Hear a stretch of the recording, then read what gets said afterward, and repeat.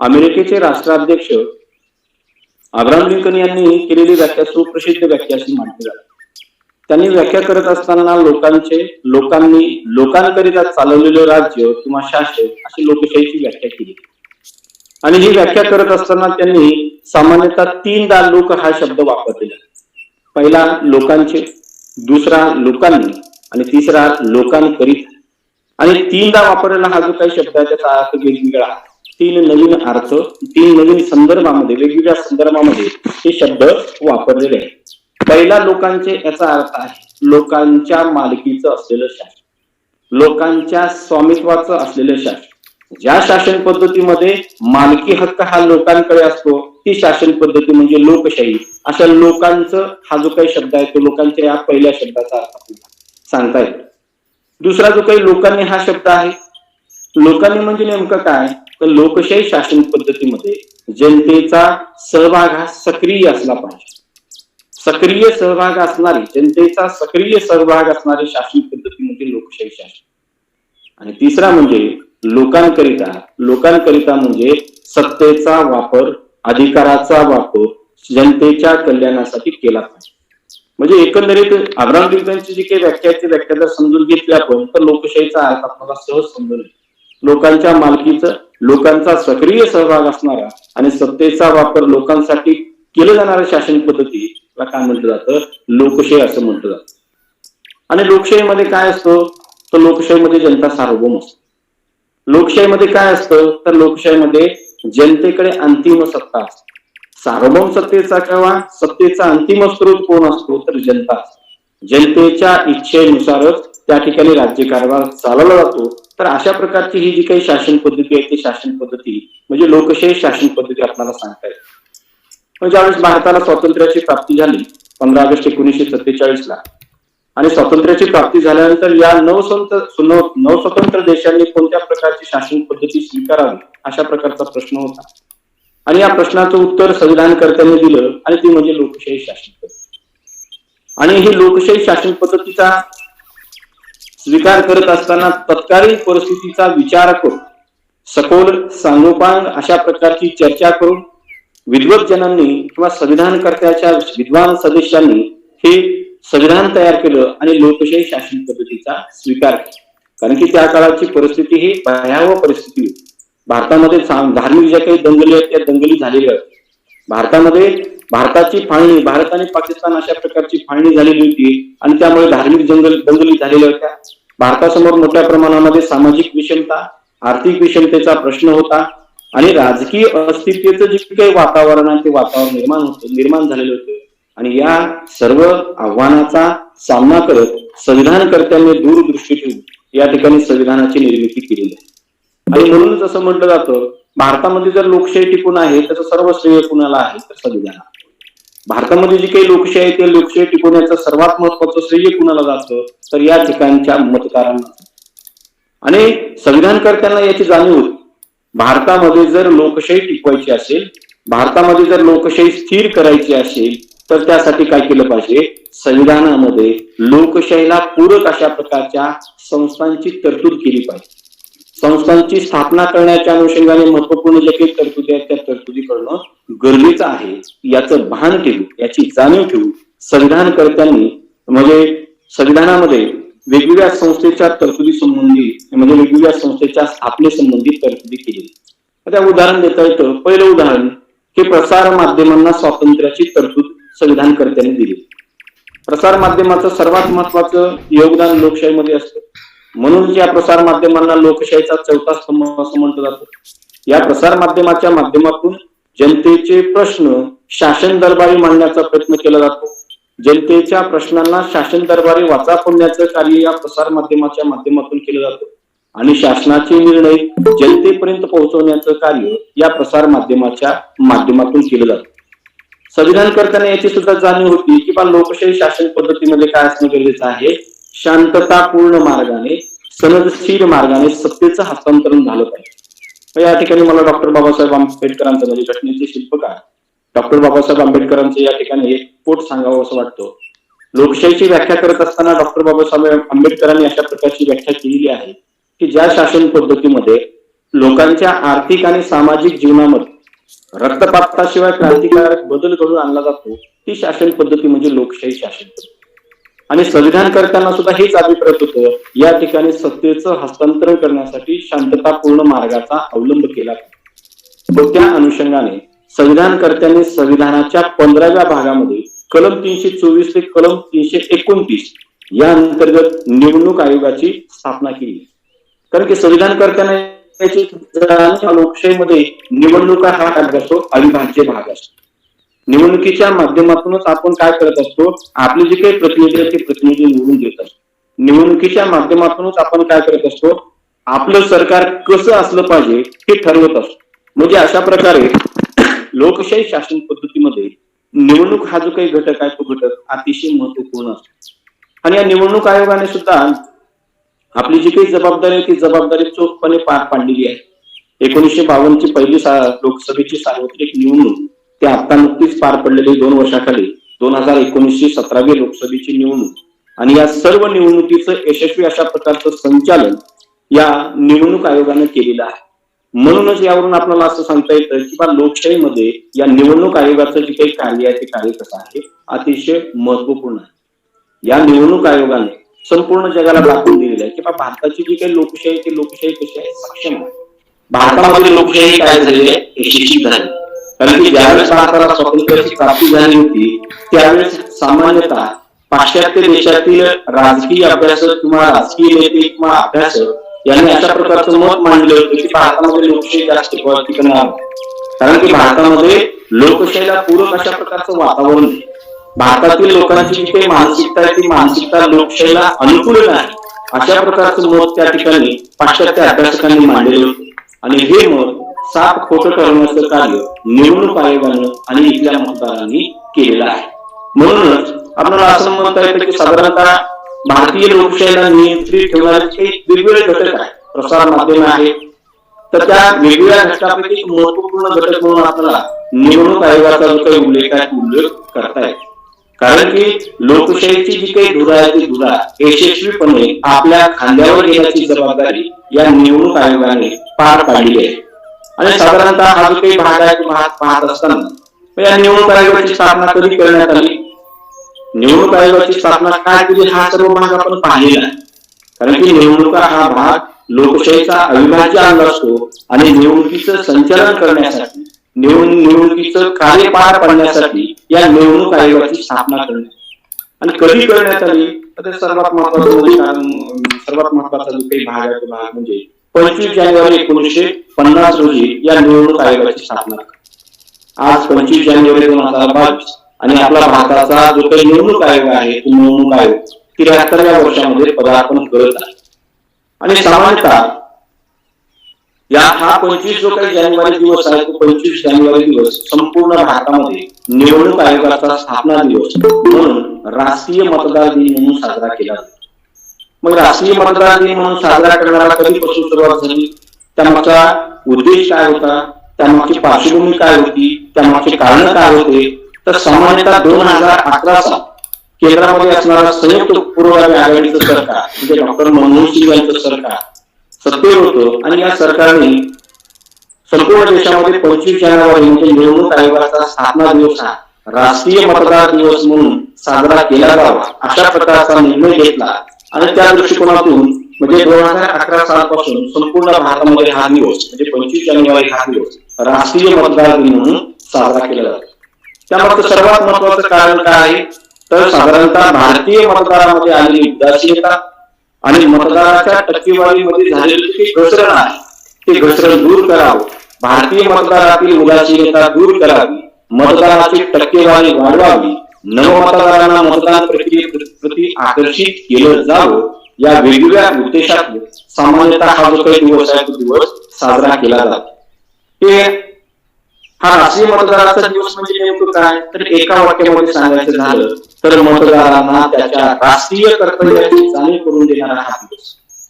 म्हणजे आपल्याला मतदानाचा अधिकार दिलेला आहे म्हणजे नेमकं काय केलं पाहिजे तर मतदार यादीमध्ये आपण नाव नोंदवलं पाहिजे, मतदान केलं पाहिजे, आपल्या उमेदवाराची संपूर्ण माहिती आपण घेतली पाहिजे, राजकीय पक्षाचे जे काही कार्यक्रम आहेत किंवा उद्देश आहेत त्या म्हणजे त्यांचा जो काय अजेंडा आहे त्या अजेंड्याची माहिती घेतली पाहिजे, या सर्व अधिकाराचा जो काही समावेश आहे तो समावेश या मतदानाच्या अधिकारामध्ये होतो.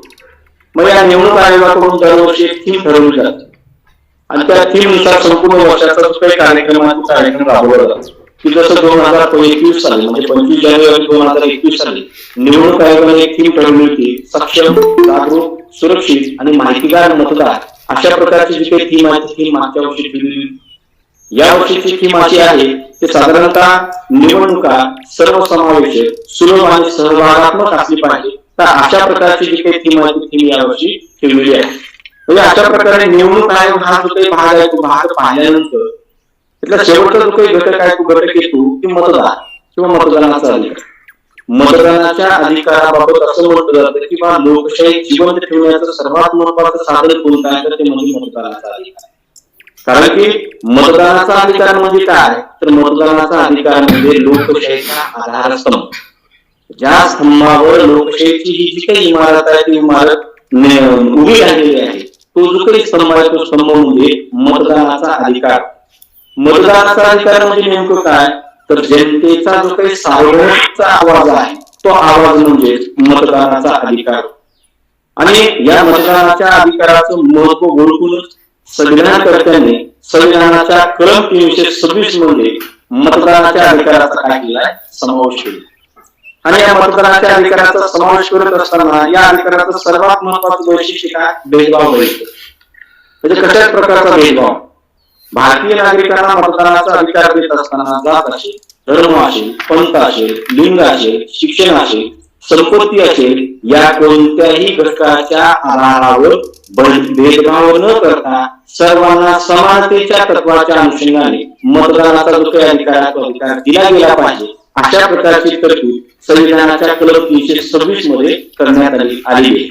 तसं पाहिलं तर आपण घटनाकर्त्यांचं विशेषतः भारतीय संविधानाचे शिल्पकार डॉक्टर बाबासाहेब आंबेडकर यांचे ऋणी असले पाहिजे. घटनाकर्त्यांचं ऋणी असले पाहिजे यासाठी की ज्यावेळेस आपल्याला भारताला स्वातंत्र्याची प्राप्ती मिळाली त्यावेळेस मतदानाचा अधिकार मिळावा यासाठी आपल्याला संघर्ष करावा.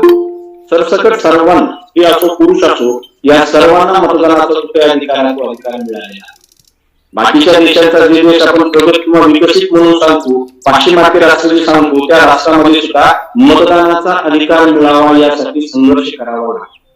हा काय दुसरं उदाहरण द्यायचं झालं तर आपल्या जवळचं उदाहरण देता येतं. 1947 पूर्वी आपल्यावर ब्रिटिशांचं राज्य होतं आणि ब्रिटिशांमध्ये त्या काळामध्ये सुद्धा मतदानाचा अधिकार होता. तो हा अधिकार मर्यादित होता. विशिष्ट कल देणाऱ्या विशिष्ट शिक्षण देणाऱ्या लोकांना मतदानाचा अधिकार दिला जात होता. यावरून आपल्याला असं सांगता येतं की बा मतदानाचा अधिकार हा कसा आहे क्रांतिकारक अधिकार. आणि या अधिकाराचं महत्व ओळखून सामान्यतः कलम 326 मध्ये अशा प्रकारची जी तरतूद आहे ती तरतूद केली आहे. आणि त्यानंतर भारताच्या राज्यकर्त्यांनी भारतातील जे काही तरुण आहे त्या तरुणांचं महत्व ओळखून, कारण की येणाऱ्या काळामध्ये किंवा आता सुद्धा असं म्हटलं जातं की जगातील सर्वात तरुणांची संख्या असणारा देश म्हणून आपण भारताचा उल्लेख करतो. आणि या तरुणांच्या जी काही संख्या आहे किंवा तरुणांना सुद्धा राजकीय निर्णय प्रक्रियेमध्ये सहभागी होता यावं यासाठी 1989 साली संविधानामध्ये 61वी घटनादुरुस्ती करण्यात आणि ही 61वी घटनादुरुस्ती मतदानाच्या अधिकाराच्या संदर्भामध्ये महत्वपूर्ण मानली जाते. त्याचं कारण असं आहे की मतदानाची वयाची अट ही 21 वरून 18 करण्यात. म्हणजे अशा प्रकारे तरुण मतदारांना किंवा तरुणांना मतदानाच्या प्रक्रियेमध्ये किंवा राजकीय निर्णय प्रक्रियेमध्ये सहभागाची ही संधी देण्यात आली. तसं पाहिलं तर असं म्हटलं जातं की भारतामध्ये जो काही मतदाराचे मतदार जाणकार आहे किंवा मतदार उदासीन आहे असं म्हटलं जात असलं तरी हे मत पूर्ण सत्य नाही. कारण की लोकशाही ही भारतासाठी नवीन होती. पहिली जी काही निवडणूक आहे ती निवडणूक जर आपण पाहिली तर पहिल्या निवडणुकीमध्ये भारतामध्ये मतदारांची संख्या आहे ती संख्या 17,60,00,000 इतकी होती. आणि त्या काळामध्ये 44.63% इतक्या मतदारांनी आपला मतदानाचा अधिकार हक्क बजावलेला. आणि मतदानाचा हक्क बजावत असताना एकाही मतदान केलेलं नव्हतं मतदारांनी. कारण की 1885 साली राष्ट्रीय काँग्रेसची स्थापना झाली आणि 85 पासून ते जवळपास 1947 पर्यंत स्वातंत्र्य लढ्यामध्ये अग्रगण्य असणारी संस्था म्हणजे काँग्रेसची संस्था होती. काँग्रेस या संस्थेने स्वातंत्र्य लढ्याचं जे काही नेतृत्व केलं. परंतु असं असलं तरी स्वातंत्र्य उत्तर कालखंडामध्ये जे 1952 साली पहिली सार्वत्रिक निवडणूक झाली त्यावेळी सुद्धा इथल्या भारतीय मतदारांनी मतदान केलं होतं. म्हणजे सर्वच्या सर्व जागा काँग्रेसच्या आलेल्या त्या ठिकाणी काही इतर जे काही उमेदवारांच्या जागांमध्ये उमेदवारांचे राजकीय पक्षाचे प्रतिनिधी निवडून देण्यात आले होते. त्यानंतर हळूहळू हा मतदारांची जी काही संख्या वाढली. दुसरी लोकसभेची निवडणूक 1957 साली पार पडली. त्यावेळेस मतदारांची ही संख्या 19,30,00,000 होती आणि मतदारांच्या जो काही टक्केवारी आहे ती टक्केवारी या ठिकाणी निश्चितच वाढली. 44.63% असणारी मतदारांची संख्या ही 49% गेली. त्यानंतर भारतीय राजकीय व्यवस्थेमध्ये सर्वात महत्वपूर्ण जी काही निवडणूक आहे ती निवडणूक म्हणजे सामान्यतः 6वी लोकसभेची निवडणूक ही 1977ची निवडणूक म्हणून आपल्याला सांगता येतं. 6वी आणि 7वी. त्याचं कारण असं आहे, ज्यावेळेस 1971 साली केंद्रामध्ये काँग्रेसचं सरकार सत्तेवर आलं, इंदिरा गांधी या पंतप्रधानपदी विराजमान झाल्या आणि त्यावेळेस साधारणतः भारत पाकिस्तान यांच्यामध्ये युद्ध झालं आणि आपल्या मुख्य दिग्गंकर अशा नेतृत्वाचं प्रदर्शन किंवा संपूर्ण जगाला मुत्सद्दीक नेतृत्वाचा आणि कणखर नेतृत्वाचा परिचय इंदिरा गांधींनी दिलेला आणि असं असलं तरी 1975 साली कलम 352चा वापर करून इंदिरा गांधी सरकारने काय केलं होतं, राष्ट्रीय आणीबाणी आणि हा निर्णय भारतीय मतदारांना पटलेला नव्हता. भारतीय मतदारांनी 1977 सालीच्या लोकसभेच्या साध्या निवडणुकीमध्ये इंदिरा गांधींचा कारण की भारतीय मतदारांनी या साध्या लोकसभेच्या निवडणुकीमध्ये केलेलं मतदान आहे संपूर्ण जगाला प्रलंबतेचं दिलेलं दर्शन आहे. त्यानंतर साधारणतः 7वी जी काही निवडणूक आहे ती निवडणूक लोकसभेची सुद्धा महत्वपूर्ण आपल्याला सांगता येते 1980ची. कारण की 1977ला जनता दलाचं सरकार सत्तेवर आलं, परंतु त्या सरकारमध्ये ताळमेळ नव्हतं आणि लोकांना असं वाटलं की आपल्याला मजबूत अशा प्रकारचं सरकार असलं पाहिजे आणि त्यामुळे 1980 साली परत काँग्रेस आणि इंदिरा गांधी सरकार सत्तेवर आलं आणि ज्या वेळेस मतदारांनी व्यवस्थित असा आपला कल दिलेला नाही त्यावेळेस केंद्रामध्ये सामान्यतः आघाडीचं जे काही सरकार आहे ते सरकार सत्तेवर येण्यामध्ये त्याची परिणिती झाली. हा जो काही भाग आहे तो भाग सांगत असताना 1991 असेल, 1996 असेल, 1998 असेल, 1999 असेल, 2004 आणि 2009 असेल या वेळेच्या लोकसभेच्या निवडणुकीमध्ये मतदारांनी स्पष्ट अशा प्रकारचा जो काही बोलायचा या कालावधीमध्ये केंद्रीय पातळीवर आघाडीचं जे काही सरकार आहे ते सरकार स्थापन झालेले होते. म्हणजे सांगायचं तात्पर्य मतदारांना मतदान करताना काय असलं पाहिजे, जागरूक राहिलं. 17वी लोकसभेची ही जी काही निवडणूक आहे ती निवडणूक मानवी इतिहासातील सर्वात मोठी निवडणूक म्हणून गणली जाते. कारण की या निवडणुकीमध्ये 61.438 मतदारांनी आपल्या मतदानाचा अधिकार बजावलेला होता. असं असलं तरी भारतीय मतदार जागरूक निश्चितच आहे. भारतीय मतदारांनी वेळोवेळी आपल्या प्रलंबतेचा जो काही दर्शन किंवा प्रलंबता दाखवलेली आहे, परंतु असं असलं तरी या मतदार वर्तनामध्ये काही सुधारणा असणं गरजेचं. मतदारांनी आपली जाणीव, मतदारांनी आपलं भान ठेवूनच मतदान करणं गरजेचं आहे. त्यामध्ये सर्वात महत्वाचा जो काही भाग आहे तो भाग असा आहे की जसं आपण आताच सांगितलं की भारत हा सर्वात जगातील तरुण असणारा देश किंवा तरुणांची संख्या असणारा देश आहे असं सांगतो आपण. परंतु असलं तरी तरुण मतदार या ठिकाणी मतदाराच्या यादीमध्ये नाव नोंदवण्यासाठी उत्सुक असताना दिसत नाही. मतदारांनी किंवा तरुणांनी काय केलं पाहिजे, मतदार यादीमध्ये आपलं जे काही नाव आहे ते नाव नोंदवलं पाहिजे. मग या ठिकाणी एक आकडेवारी सांगायची वाटते. 2021ची आकडेवारी आहे. 18 ते 19 या वयोगटामध्ये संपूर्ण लोकसंख्येपैकी 3.5% लोकसंख्या या तरुणांची आहे. 3.5% आणि या 3.5% तरुणांच्या म्हणजे 18 ते 19 वयोगटातील तरुणांच्या संख्येपैकी फक्त 1.25% तरुणांनी काय केलेलं आहे, मतदार यादीमध्ये आपलं नाव नोंदवलेलं. दुसरी एक आकडेवारी आहे.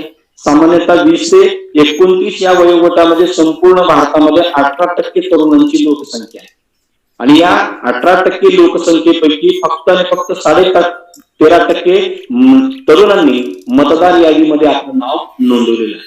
म्हणजे तरुणांनी काय केलं पाहिजे तर मतदार यादीमध्ये नाव नोंदवायला प्राधान्य दिलं. मतदार यादीमध्ये नाव नोंदवत असताना जो काही 6 नंबरचा जो काही फॉर्म आहे तो फॉर्म घेतला पाहिजे. आपल्या आजूबाजूच्या लोकांना सुद्धा मतदार यादीमध्ये नाव नोंदवण्यासाठी प्रोत्साहित केलं पाहिजे. हा पहिला घटक. दुसरा घटक काय आहे, या तरुणांनी नाव नोंदवण्याबरोबरच मतदान करण्याला प्राधान्य दिले पाहिजे. मग आपण पाहतो लोकसभेची निवडणूक असो किंवा विधानसभेची निवडणूक असो, या लोकसभा आणि विधानसभेच्या निवडणुकीमध्ये 70%च्या पुढे 70-75%च्या पुढे कधीही टक्केवारी गेली नाही. जितकं मतदार कमी तितका अकार्यक्षम जो काही उमेदवार किंवा पक्ष सत्तेवर येत असतो. अल्पमतामधलं जे काही सरकार आहे ते सरकार सत्तेवर येत असतं. त्याचं कारण असं आहे, कारण की जी काही मतं आहेत ते मतं झालेली मतं डिवाइड होत असतात. त्यासाठी सर्व मतदारांनी काय केलं पाहिजे, जास्तीत जास्त प्रमाण 100% मतदान करण्याचा जो काही प्रयत्न तो प्रयत्न केला पाहिजे. त्याच्यानंतर याच्यामध्ये तिसरा महत्वाचा जो काही घटक आहे तो घटक म्हणजे काय, मतदारांनी उदासीनता टाळली पाहिजे. उदासीनता म्हणजे काय, ते माझ्या एका मतानं काय होईल, मी मतदानाला नाही गेले तर काय. मतदारांची ही जी काही सुट्टी आहे ती सुट्टी राष्ट्रीय कर्तव्य बजावण्याची सुट्टी, राष्ट्रीय अधिकार किंवा महत्वपूर्ण अधिकार बजावण्याचा अधिकार म्हणून ही दिवसाची जी काही सुट्टी आहे ती सुट्टी दिली जाते. परंतु त्या सुट्टीचा जो काही वापर आहे तो वापर मतदार वेगळ्याच कारणासाठी करा, सहलीला जाणं असेल किंवा घरी राहणं असेल वगैरे. परंतु ही जी काही उदासीनता आहे ती उदासीनता आपण काय केली पाहिजे, दूर केलं पाहिजे. एका मतानं काय होतं तर एका मतानं सर्व म्हणजे महत्वपूर्ण जे काही बदल आहे ते बदल होतात. या ठिकाणी एक सर्वात महत्वाचं उदाहरण आपण मला द्यावं वाटतं ते 1999चं उदाहरण म्हणजे द्यावं वाटतं. 1999 साली लोकसभेमध्ये केंद्रामध्ये एक महत्वपूर्ण म्हणजे केंद्रामध्ये अटल बिहारी वाजपेयी यांचं सरकार सत्तेवर होतं.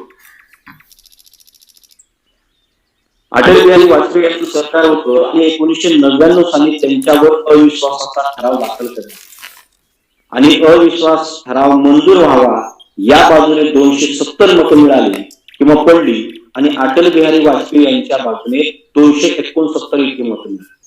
जर त्या ठिकाणी 1 किंवा 2 जास्त मतं मिळाली असतील तर अटल बिहारी वाजपेयी यांचं जे काही सरकार आहे ते सरकार 5 वर्ष आपला जो काही कार्यकाल आहे ते कार्यकाल पूर्ण करू शकले असते. म्हणजे 13 महिन्यामध्ये परत लोकसभेच्या निवडणुकीला देशाला सामोरे जाण्याची गोष्टी आली नसते. दुसरं एक उदाहरण देता येतं आंतरराष्ट्रीय पातळीवरचं. ज्या देशाचा उल्लेख आपण संसदीय लोकशाहीची जननी म्हणून करतो ते म्हणजे इंग्लंड. आणि इंग्लंडमध्ये एक महिला पंतप्रधान होऊन गेली तिचा उल्लेख आपण आयर्लंड लेडी म्हणून करतो, ती म्हणजे मार्गारेट थेचर. 1979 साली त्या ठिकाणी केंद्रामध्ये किंवा तिथल्या इंग्लंडमध्ये पंतप्रधान जेम्स कॅल्व्हन नावाची व्यक्ती पंतप्रधान केली गेली आणि या जेम्स कॅल्व्हन यांच्यावर अविश्वासाचा ठराव मांडण्यात आला आणि तो ठराव सुद्धा एका मताने मंजूर झाला. आणि त्यानंतर घेण्यात आलेली जी काही निवडणूक आहे त्या निवडणुकीमध्ये मार्गारेट थेचर यांच्या पक्षाला बहुमत मिळालं आणि मार्गारेट थेचर या इंग्लंडच्या पंतप्रधानपदी विराजमान झाले. म्हणजे एकंदरीत मतदारांनी आपलं मत काय आहे, बहुमूल्य आहे. आपलं मत हे कसं आहे, त्या मताचं कशाही प्रकारचं मूल्य केलं जात नाही किंवा करता येत नाही याची भान ठेवून आपला जो काही मतदान आहे त्या मतदानाच्या अधिकाराचा वापर केला पाहिजे.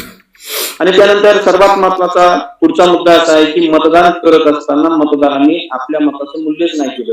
कोणतेही जे काही प्रलोभन आहे, पैशाचं प्रलोभन असेल, पदाचं प्रलोभन असेल किंवा वेगवेगळ्या प्रकारचे प्रलोभन असेल, त्या प्रलोभनाला कशाही प्रकारचं बळी न पडता राष्ट्रहिताचा म्हणजे भान ठेवून मतदानाच्या अधिकाराचा काय केला पाहिजे, वापर केला पाहिजे.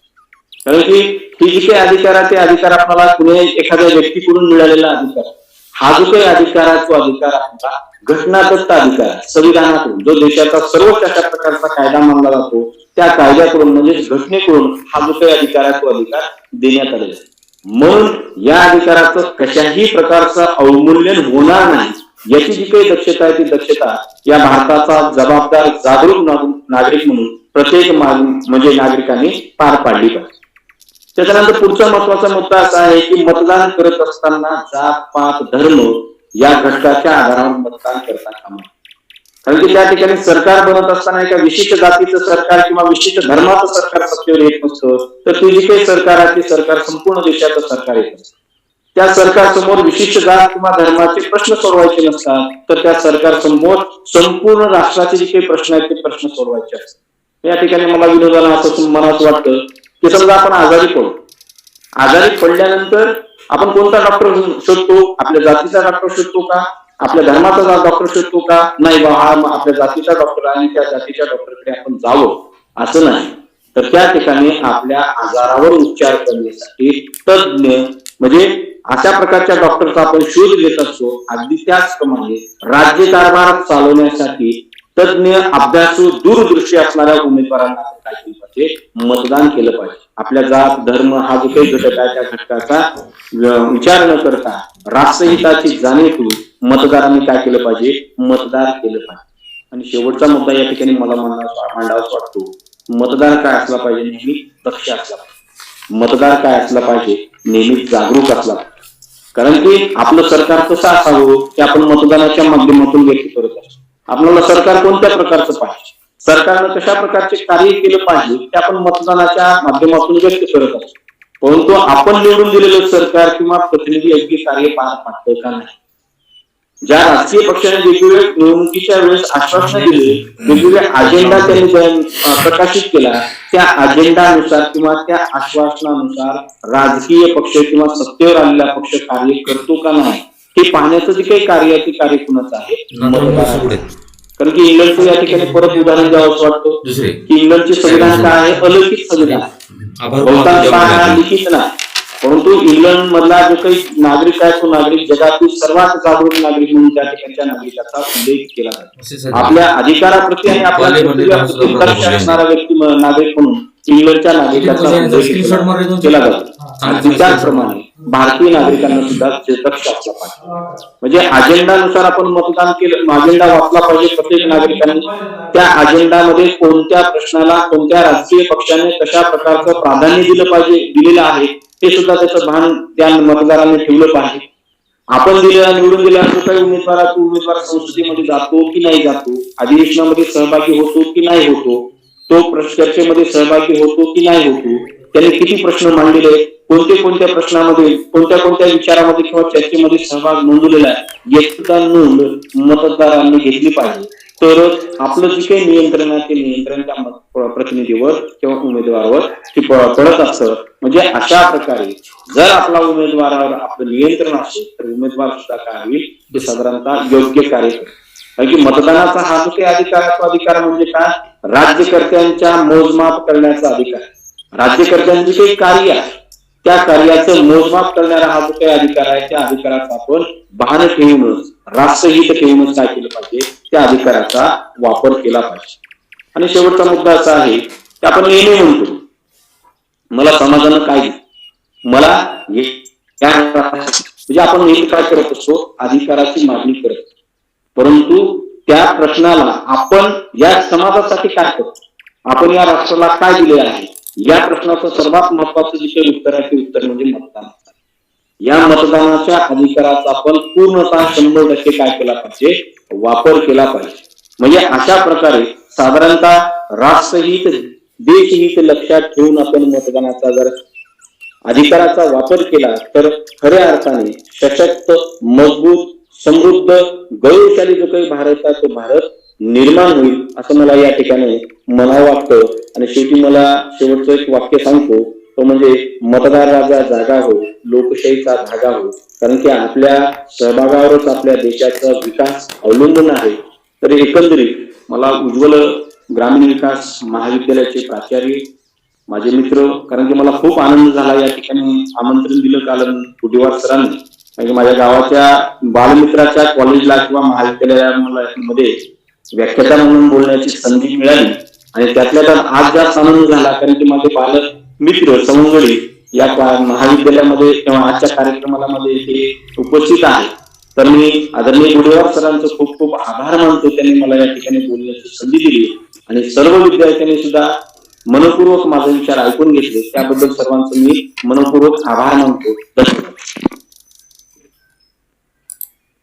धन्यवाद सर. आपण अतिशय मोजक्या वेळेमध्ये संपूर्ण लोकशाही आणि मतदार याच्या अनुषंगाने विचार मांडलात. लोकशाहीचा सर्वात जुना शासन प्रकार म्हणून लोकशाही किंवा शासनाचा सर्वात जुना प्रकार म्हणून लोकशाही या विधानापासून आपण जी आपल्या व्याख्यानाला सुरुवात केली. त्यानंतर मतदारातील उदासीनता, नवमतदारातील किंवा 9 मतदारांची नोंद, मतदारांची टक्केवारी किंवा मतदानाची टक्केवारी वाढली पाहिजे, मतदानाची जाणीव भारतीय नागरिकांमध्ये झाली पाहिजे, मतदानातून कसल्याही पद्धतीचा जात धर्म पंथ भाषा असा भेदभाव न करता उत्तम असा चारित्र्यवान असा लोकप्रतिनिधी आपण निवडून दिला पाहिजे, याचं भान आपण आमच्या विद्यार्थ्यांना करून दिला. त्याचबरोबर 1952 पासूनच्या सार्वत्रिक निवडणुकीचा जो आपण आढावा घेतला, तो 1999 सालीच्या अटल बिहारी वाजपेयी यांच्या सरकारचं जे 13 महिन्यामध्ये पडलं, त्या एका मताचं मूल्य हे भारतीय लोकांना कळालं पाहिजे आणि त्यातूनच आपल्या विद्यार्थ्यांना ते समजलं पाहिजे. हा जो आपण धावता आढावा घेतला आणि अतिशय उत्कृष्ट असं मार्गदर्शन आमच्या विद्यार्थ्यांना केला, त्याबद्दल प्रत्यक्ष नाही पण उत्कृष्ट अशा शब्दसुमनाने आणि बुकेने किंवा फ्लॉवरच्या गुच्छाने मी तुमचं अभिनंदन करतो सर. आभासी असलेल्या या ऑनलाईन प्लॅटफॉर्मवर आपण ते माझं सत्कार स्वीकारावा मी अशी तुम्हाला विनंती करतो. त्याचबरोबर या छोट्याशा माझ्या ग्रामीण महाविद्यालयातील कार्यक्रमाला माझ्या विनंतीला मान देऊन अख्खं राज्यशास्त्राचं मंडळ इथं उभं राहिलेलं आहे. आदरणीय डॉक्टर तानाजी संभाजी माने यांचं व्याख्यान पहिल्या सेकंदापासून ते शेवटच्या सेकंदापर्यंत ऐकत आहेत.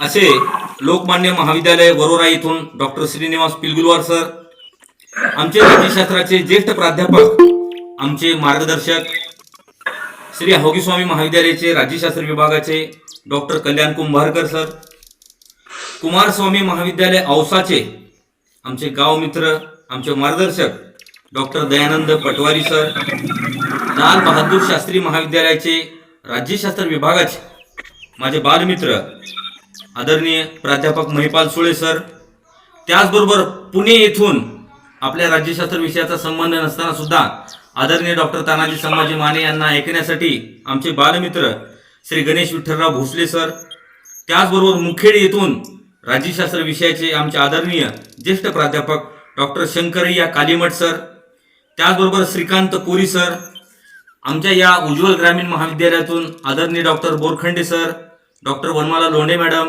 डॉक्टर सचिन घुगे सर, प्राध्यापक Vijayanand Motherao sir, doctor Padmakar Gone sir, त्याचबरोबर माझ्या महाविद्यालयाचे राज्यशास्त्र विषयाचे माजी विद्यार्थी जे राजाचे शाहू महाविद्यालयामध्ये MA करत आहेत, राज्यशास्त्र विषयामध्ये MA करत आहेत, असे श्री केंद्रे अनिल संभाजी, त्याचबरोबर माझे सध्याचे राज्यशास्त्र विषयाचे अभ्यास करणारे BA first year, second year, third इयरचे सर्व विद्यार्थी अतिशय चांगल्या पद्धतीने हा कार्यक्रम ऐकत आहेत, त्याबद्दल मी त्यांचेही ऋण व्यक्त करतो. आणि अध्यक्षांना या ऑनलाईन प्लॅटफॉर्मवरती डॉक्टर तानाजी संभाजी माने सरांनी लोकशाहीत मतदानाचे महत्त्व या विषयावर जे व्याख्यान दिलेलं आहे त्याचा अध्यक्षीय समारोप करण्यासाठी आमच्या महाविद्यालयाचे भूगोल विभाग प्रमुख आदरणीय डॉक्टर देवीदास केंद्रे सर यांना मी अशी विनंती करतो की आपण आपलं मनोगत व्यक्त करावं.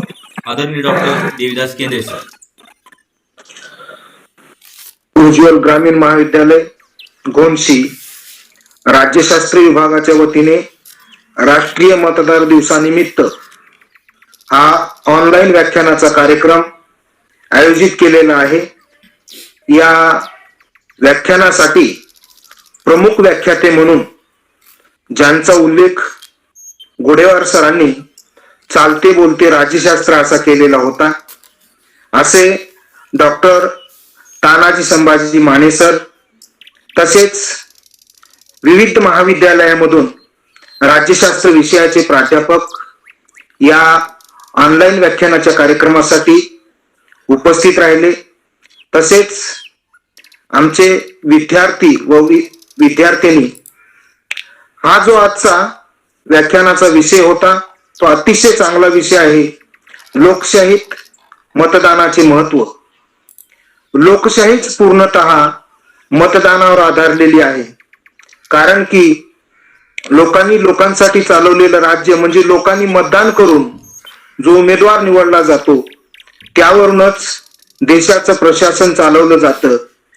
या आपल्या संविधानानं स्त्री असो पुरुष, गरीब असो श्रीमंत असो, उच्च शिक्षित असो अशिक्षित असो, सर्वांना मतदानाचा समान हक्क दिलेला आहे. परंतु अलीकडच्या काळामध्ये मतदारामध्ये आलेली जी उदासीनता आहे, या उदासीनतेमुळे काही लोक मतदानापासून वंचित राहत आहेत किंवा आपल्या एका मतामुळं काय फरक पडतो असं म्हणून ते मतदानाचा हक्क बजावत नाहीत. या हक्क न बजावल्यामुळं योग्य उमेदवाराची निवड होत नाही. योग्य उमेदवाराची निवड होत नसल्यामुळं देशाचा विकास करणारे, सर्वांना समान न्याय देणारे असे प्रतिनिधी निवडून येत नाहीत. त्यासाठी सर्वांनी मतदानाचा हक्क बजावला पाहिजे.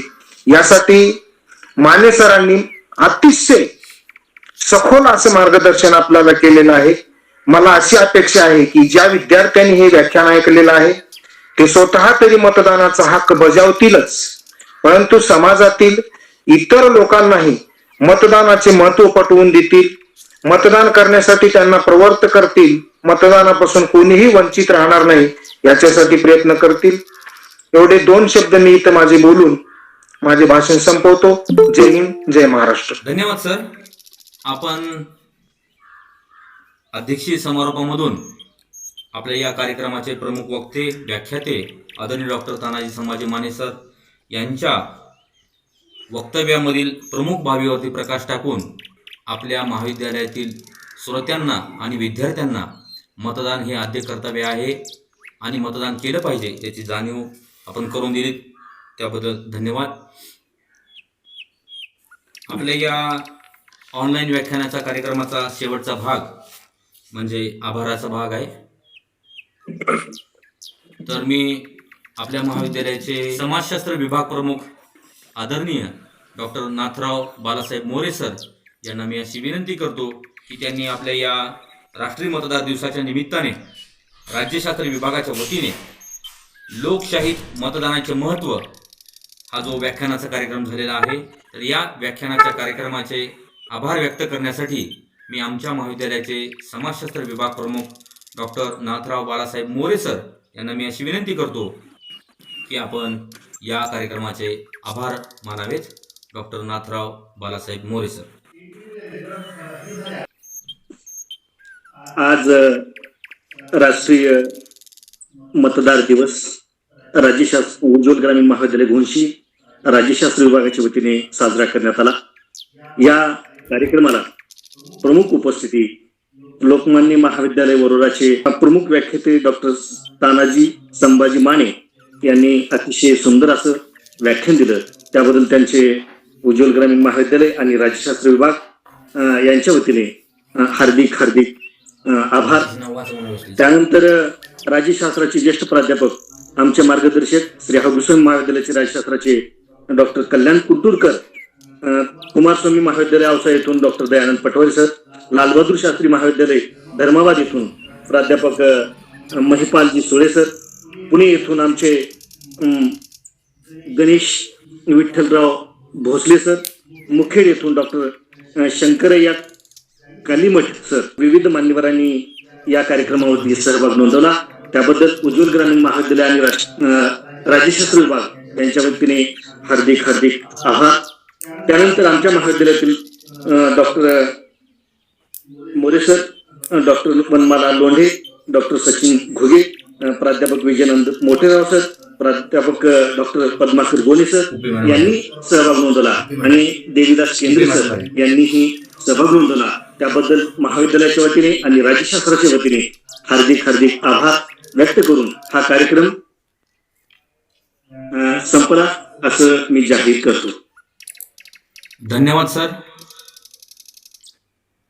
आपण सर्व सहभागी प्राध्यापक मंडळी, आमच्या राज्यशास्त्र विषयाचे सर्व ज्येष्ठ मंडळी, आपल्या महाविद्यालयातील BA प्रथम वर्ष, द्वितीय वर्ष आणि तृतीय वर्षाचे विद्यार्थी, आजी माजी विद्यार्थी या सर्वांनी या कार्यक्रमाला उपस्थिती लावून हा कार्यक्रम अतिशय उत्साहामध्ये पाहिलात आणि राष्ट्रीय मतदार दिवस अतिशय चांगल्या पद्धतीने साजरा करण्याचं भाग्य मला माझे बालमित्र आदरणीय डॉक्टर तानाजी संभाजी माने सर यांनी उपलब्ध करून दिले.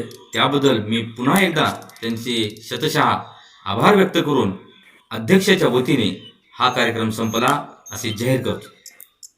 धन्यवाद सर.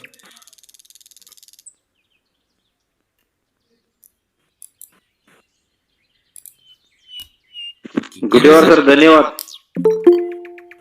हा माने सर, अतिशय उत्कृष्ट पद्धतीने आपण व्याख्यान दिलात. नाही, तुम्ही मला या ठिकाणी बोलण्याची संधी दिलात त्याबद्दल तुमच्या कॉलेजचं आणि विशेषतः तुमचं धन्यवाद. धन्यवाद सर. धन्यवाद.